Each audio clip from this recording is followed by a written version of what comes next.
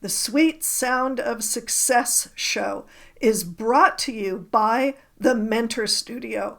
The Mentor Studio is an exclusive mentoring and training program for social influencers, business owners, entrepreneurs, coaches, and startups, bringing personal development to the underserved around the world. And brought to you by Success Strategists.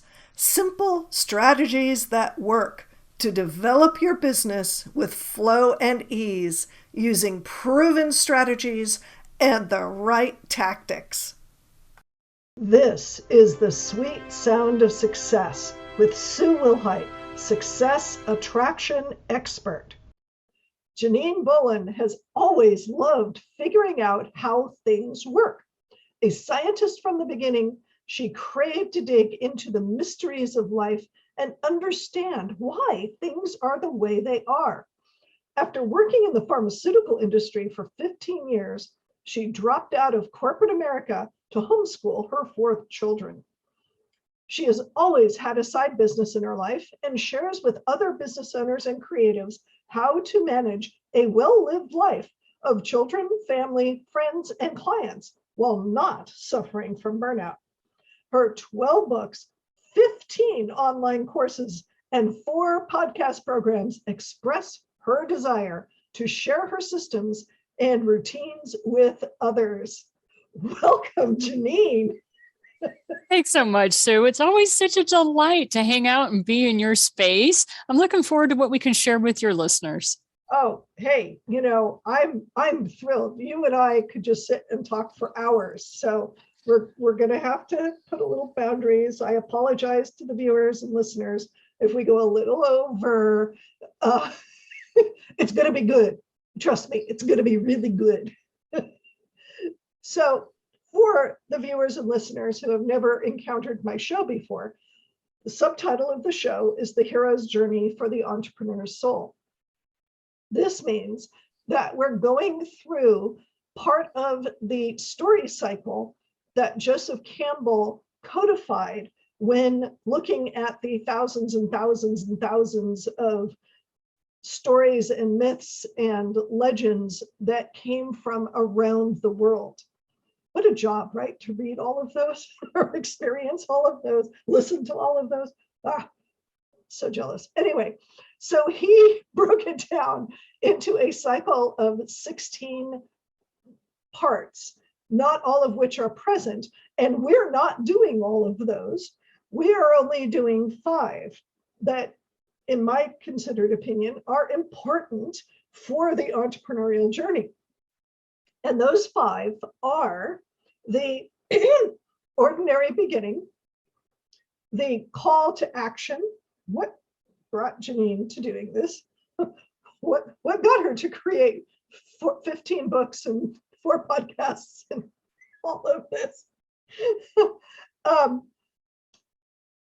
And in order to do that, I would imagine that she's got some big hairy monsters that she got to play with. And to deal with the big hairy monsters, assets, allies, mentors, guides, coaches, wind beneath her wings. You can't do this alone. You can't produce that by yourself. It's not going to happen. And then there are those folks that are looking at you with kind of the funny cocked head and, the parrot curiosity look of, what are you doing? How do you spell that? Is that a diagnosis? What in the world are you doing? Nobody does this. Yes, they do. Millions of people do this, but so there are folks who don't get it. And Joseph Campbell calls this the journey home, because the hero has gone out and played with the big hairy monsters and done all of these wonderful things, and they're changed in the process. And the folks at home don't necessarily have that. They've gone through their own processes, but it's not the same. So what was your ordinary beginning? My very ordinary beginning was I was living life the way I always thought you lived life. You got out of high school, and I was lucky enough to be able to cobble together enough money and finances so that I could go to college. I worked my way through college. I was working anywhere from 2 to 3 jobs at a time.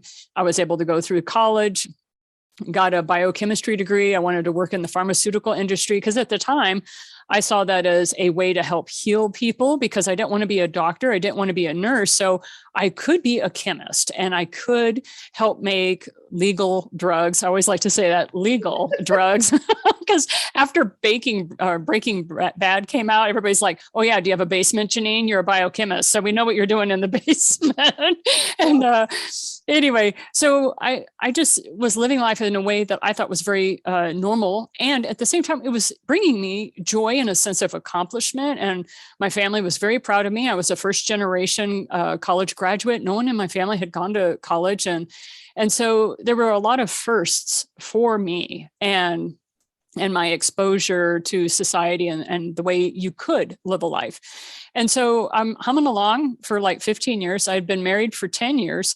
And that was my ordinary life. And the thing that caused the hiccup, or as you might say, was the fact that the call to action was when my whole world came crashing down.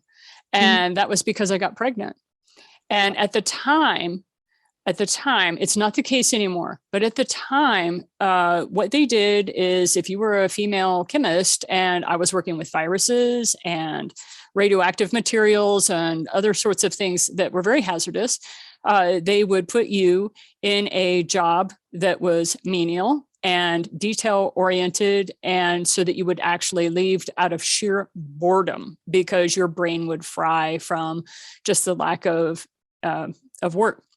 And so rather than go through that process, when I became pregnant, I knew that that was the end of my career with the way life was and the type of mother that I wanted to be. I thought I was not going to be a mother. You know, you've been married for 10 years. It's not due to lack of trying, right? And so I just became a career woman after 10 years of marriage. I thought motherhood had passed me by. Au contraire. And so, so the call to action was I sat at home and I had an infant and I was used to running a $250,000 budget, 15 automated machines. I had 22 people that reported to me. And here I am sitting at home with an infant. And I felt like the gray matter that was my brain was going to dribble out of my ears if I did not do something. And so that was my call. Wow. Wow. So instead of a big hairy monster, you had a small naked one. And he was not a happy baby. Oh. This baby, people would say, why is he crying? And I, being a scientist, I would go, are you hungry? No, he's not hungry. Is the diaper wet? No, the diaper is not wet. I would check his body 3 or 4 times a day, just checking his body to see, did something bite him? Did something happen to the body that I had not, been present for or whatever? So I had a whole flow chart. Engineers understand this. I had this whole flow chart. If yes, go this way. If no, go this way. And so I was operating that way because my mother died when I was very young, and I didn't have any grandmothers that I could talk to. So I had nobody to teach me about this naked monster that I was dealing with. And he was a very unhappy baby. And people then told me later about this thing called colic, where your child can go through it from 3 to 6 months. Right. And it's like a digestive thing. I had no idea. All I knew is that I would rock and I would listen to my child scream. And I knew there was absolutely nothing I could do. And what was the lesson from that? The lesson was, sometimes you're doing everything you know to do, and there's still, you're not going to fix it. So it taught me to let loose of any illusion I thought I had of control over my children. Yeah. There is literally nothing you can do to make it better without knowing what it was that you could do. So yeah, wow, amazing.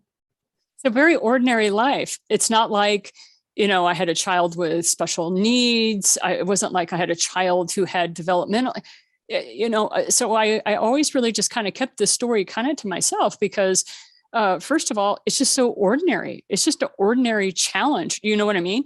And now it's extraordinary in the sense of how ordinary it is. And that's one of the things that you and I have noticed as we've had our podcast shows. I mean, Sue is a very well-known podcaster, and I'm a very well-known podcaster. And our shows show over and over again, we have episodes of amazing people, but they're so ordinary. And you would pass them on the street and never know the challenges they'd been through and had accomplished, had crawled over and managed to conquer. It's amazing. People are amazing.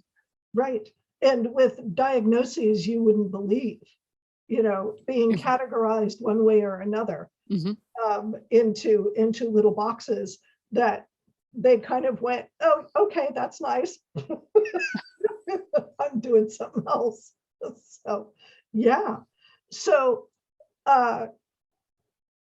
were there any other interest? I mean, dealing with a baby who had colic that you had no idea what it was. Were there any other challenges as though that's not enough? I had very little family around me because of where we were. So I was really I really had the kindness of strangers.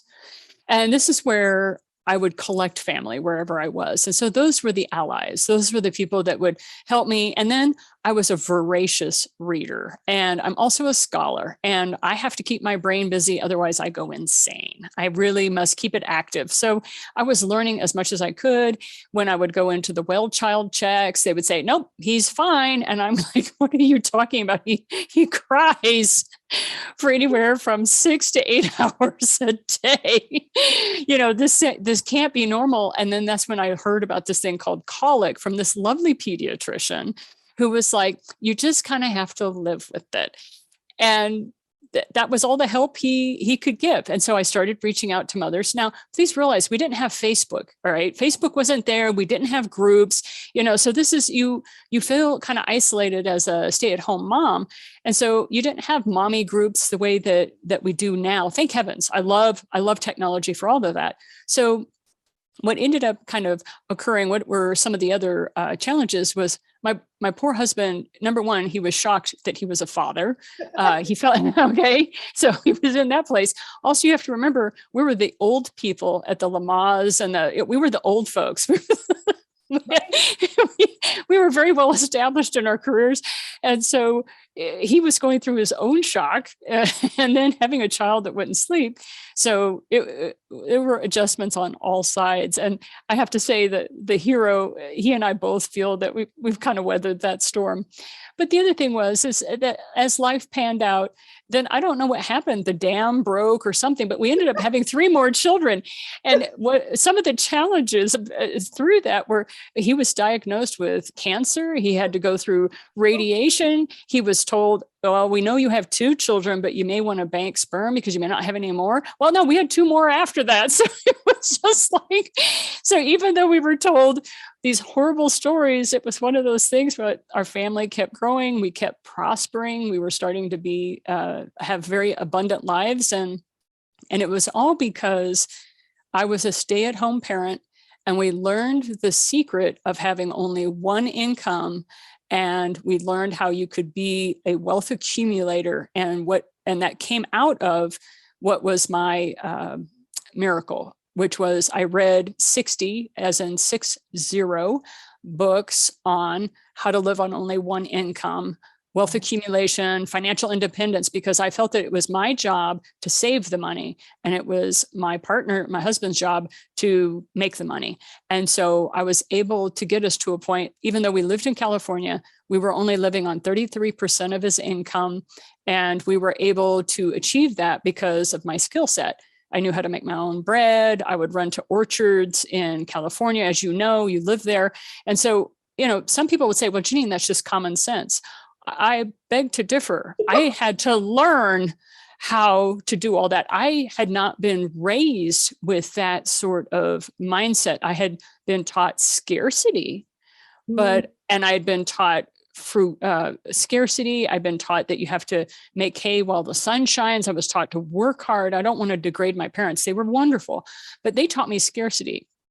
This was, I did all these things because I was saving. I was a wealth accumulator. I wanted to save every dime I could because I had children now, and I wanted them to be able to go to college. And the whole goal was I didn't want them to have to work 3 jobs while they were trying to get their education. Right. That was very clear in my brain. Little did I know that I was making a future for myself that I could not have contemplated. And that's what you see today with my online university and writing 12 books and 15 online courses. I'm living that perfect life. I like to say that as an idealist. It's perfect in my head, right? It's perfect in the head, but its manifestation is less than perfect. But the ideal in my head, I am living that ideal life that I picked for myself over 25 years ago. Yeah. And you know what? It is perfect because you set out to accomplish a goal. You did the steps that you needed to get that goal in line. You experimented. You took all of your scientist training and you experimented. I'm sure. Do this. That didn't work. Try this. That works. But some of it. Let's see if we can tweak it. Right. Exactly. So it's like you're reading my mind, lady. I've been a programmer. Do that. and you achieved what you set out to do. Mm-hmm. That's perfect. Now, yes. Are there days where things go sideways? Are there days where not everything flows in the way that you expect? Of course. That's life. We're random. We're chaotic. This is the way life is. And the deal is to dance with that chaos and just sort of grab the order and make it orderly as you can. I think that's very well said. And I think when you start talking as Joseph Campbell did, I've read so many of his books, the myths and the hero's journey, of course, is kind of standard reading for a lot of that. But he is right. I had an awakening. And that's what got me started with Joseph Campbell. And that was in 2010. And I had an awakening. I'd been working with a Hindu master and I had been meditating for 20 years and I had my awakening. And when that occurred, I basically read everything of Joseph Campbell's I could get my hands on because I understood the metaphor. I understood that, but it was like, dag nabbit, how do you make this happen as a mother of 4 children? You're running a business from home on your kitchen table. You have a husband who has no idea what to do with you because you have changed before his very eyes. You now don't operate the way you used to. It's like you have this upgrade, and everybody remembers when Windows made Windows 11 and everybody was like, nothing works. And so he would try to push my buttons and I was not responding in the way I had. So, there was a huge shift. And so when he talks about the journey home, you're speaking to my heart here, Sue, when you were mentioning all that at the beginning. There are 3 paths you can take on the journey home. And on the journey home from that awakening, from really understanding who you are, you have choice number 1, which is nobody's going to understand what you're saying. Nobody is going to be able to comprehend what you have learned about yourself or how you now see the world. Like your whole perspective on the world and your place in it is totally altered. And so you just slam the gate, as he says, you slam the front gate, you let the weeds grow in the front yard, you don't care about anything and you hide. That's the hermit who goes up on the mountain and hides. I couldn't do that. I had 4 children. They were very engaged, right? It's not like hide. I couldn't even find 15 minutes to meditate in a closet without somebody finding me. So, it was one of those kind of things. So hiding, that was out. The second thing that he talks about is that you could try to put it into a package that the world would understand. And you could try to market it and you could try to make it something, but then the world would accuse you of being inauthentic. It would lose its luster. And that was path number 2. I chose, and most mystics nowadays choose, path 3. And that is you wait for that student. You wait for a person to start asking the right questions. And when they start asking the right questions, the answers come. And I think Eckhart Tolle says it best when he says, when the student and the teacher are together, the teaching manifests. Yes. And so that's why I've written so many books and I have so many online courses. It's all started from conversations that I would be having with a student who was very interested in what I had to offer. The next thing I know, the student is saying, would you teach a class on this? And I said, yes, but people will have to pay me because for some reason, the children want food with their meal. I don't know what's up with that, but somebody's going to have to help me pay the rent, right? And so that was one of those fun little games I'd play, and I had people that would pay anywhere from $497. Some people could only pay $97, and pretty soon it started, and I was able to make a living doing what I loved, teaching what I loved. And all I can say is thank you, thank you, thank you. The life I have now is the one I have always thought was a dream. I didn't think you would be able to accomplish it, but here I sit doing what I love. Yeah, lots of it. Lots of it. Yep. Yeah. How awesome. That is a fabulous hero's journey. Mm-hmm. That is so cool. And I love that you've read Joseph Campbell. Most of my guests barely know who he is, let alone have read him. So, oh boy, we're going to have another topic to talk about if we ever get together again. Dive down that rabbit hole. I would love nothing more than to get on another episode with you, and we would just talk about how entrepreneurs have to walk that journey and how you go about handling the hairy monsters. I have systems in place now for handling hairy monsters, and more importantly, how to handle your allies, because a lot of times that assistance comes from the most unlikely of places. Right. It's not always Sam Gangi. You know? No, sometimes it's your worst enemy. It's not always somebody who's been your best friend for life, who is there on the mountain with you, holding your hand, telling you, let's go. That's not that the reason it touches so many people is everybody goes, gosh, I wish I had a Sam. But we don't. That would be delightful if we had a Sam, but instead we have a community. Yeah, we have a community. And sometimes, like you said, it's your worst enemy that comes out of the woodwork. That's like pushes you to do what it is that you need to do. And oh, by the way, they're an ally. One of the wildest things ever, huh? Right. So I understand that you've got something in your little kettle that you're cooking up that you want to offer to my viewers and listeners. I would love to offer your community an opportunity to read one of my books for free. And I thought, what better one than the one that I'm currently writing. Actually, I'm writing it in February of 2022. So no matter when you're listening to this, what I'm going to do is, because Sue is such a sweetheart and I absolutely adore the work that she does. And she talks about the hero's journey. One of my favorite authors, Joseph Campbell, so much and just caters to that so much. What we're doing is I am writing the Creating with the Divine, which is the fourth volume in a 4-volume set. So it's the last book in that series. And it's basically how to start a business over a weekend doing what you love. It's taking everything that I have learned over the last, I hate to say this, but I've been in business for 40 years. I started when I was 10. I had an earthworm business. Why? What was my call to action? My parents wouldn't buy me candy. So I had to go out and start a business so I could get candy. So that was my call to action back when I was 10. So I've been in business for 40 years. And what I do is I put every system and every bit of what is truly important. If you're wanting a book that has a lot of story, has a lot of case studies, has testimonial, I'm not your writer.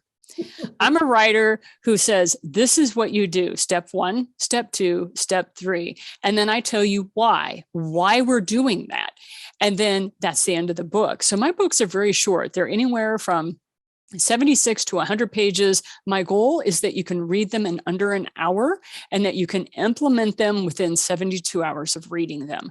This is my goal. So I'm offering for your people, if they'll look at the show notes, they'll have a link to where they can get Creating with the Divine for free, and we will be able to help them out. Nice. Get your business together in a weekend. I love it. I tell people, when I get coaching clients who are in corporate, I tell them up front, my bias is that you're going to have either a side job or you're going to quit and you're going to have a business. There's just no way. I have a bias. This is the way it is. If you don't think that's going to work, we need to not work together. Because I think everybody needs to have a side gig and make that something that they can then turn into something that supports them. Why not? Why not do something that supports you? It's great. Yeah. And something that you absolutely love doing. Yes. And so one of the things that I encourage people is when you have people that are doing something that's an MLM, a multi-level marketing, something or other, if you love that product, start with that business first. I mean, you can always drop it. If it turns out to not be your passion or whatever, you can always drop it and start something else. But you learn so much about how to run a business from people who are being successful in that thing. My very first business that I bought into was Mary Kay. I absolutely love Mary Kay. Why? Because I had 80% of my clients were men, because they had the men's skincare line. And I served all these guys with the skincare products, and I'd have to cover my pink cases. Yes, that was back in the day where they had the pink cases. I'd cover them with black material as I walk into offices. And I always told them, you know what, pimples and skin rash is not sexy. So let's get you looking your best. And so it was always undercover, so to speak, but there we are. So I always recommend, if you are a little scared about starting your own business, sign on with an MLM that you really enjoy the product, that you can stand behind it. And that way you can be authentic. Because if they're any good at all, they provide you with scads of training, just more training thrown at you and mentorship and allies than you could possibly imagine. So yeah, start there. These are great. They've got a bad rap, but they're excellent business starters. Yes, they are. Yeah. So thank you, Janine. This has been so much fun. I loved hearing about your hero's journey. And thank you for sharing the gift of building a business in a weekend, creating with the divine. Yes, absolutely. That is so much fun. And thank you to my viewers and listeners on the sweet sound of success.